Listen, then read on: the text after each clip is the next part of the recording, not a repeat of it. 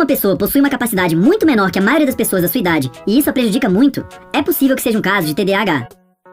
O transtorno do déficit de atenção e hiperatividade, mais conhecido como TDAH, é um transtorno reconhecido pela Organização Mundial da Saúde e que tem como principais sintomas desatenção excessiva, inquietação e impulsividade. Todas as crianças e adultos são, em algum nível, inquietos, desatentos e impulsivos. Isso não quer dizer que essas pessoas tenham TDAH. Para identificar casos de TDAH, é importante que seja feita uma avaliação sobre vários aspectos da vida da pessoa. Por exemplo, o diagnóstico demanda, entre outras coisas, que esses sinais ocorram em diferentes contextos, que sejam distantes de pessoas da mesma faixa etária, sejam prolongados e prejudiquem consideravelmente a vida da pessoa. Os sintomas do TDAH surgem na infância e, na maioria dos casos, acompanham a pessoa até a fase adulta, embora os sintomas diminuam com o tempo. Como já falamos antes, várias regiões do córtex frontal do cérebro são importantes na regulação das emoções e do autocontrole. Pessoas com TDAH tendem a possuir um funcionamento diferente nessa região.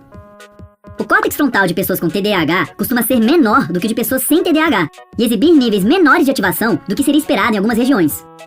Além disso, neurotransmissores importantes para o funcionamento do córtex frontal, tais como a noradrenalina e a dopamina, costumam estar presentes em níveis menores no cérebro dessas pessoas. O TDAH tem um forte componente genético, que pode ajudar a explicar essa diferença no funcionamento cerebral. Por exemplo, parentes de pessoas diagnosticadas com TDAH têm uma chance muito maior de também ter TDAH do que parentes de pessoas que não têm TDAH. Mas ao que tudo indica, os genes resultam em uma predisposição para desenvolver o TDAH, embora outros fatores também possam ser importantes, tais como o consumo de drogas por parte da mãe durante a gestação. Um dos recursos mais comuns no tratamento do TDAH são medicações baseadas em um composto químico chamado de metilfenidato e comercialmente conhecido como Ritalina. A Ritalina tende a deixar a pessoa com maior autocontrole e concentração do que é normal para ela, e geralmente não leva a efeitos colaterais ruins. Essa é uma das razões pelas quais há tanta procura por remédios como esse. Mas o uso inadequado pode levar a efeitos colaterais como dores, enjoo, insônia e outros. Por isso, é uma medicação que só deve ser usada com a recomendação e o acompanhamento de um profissional competente.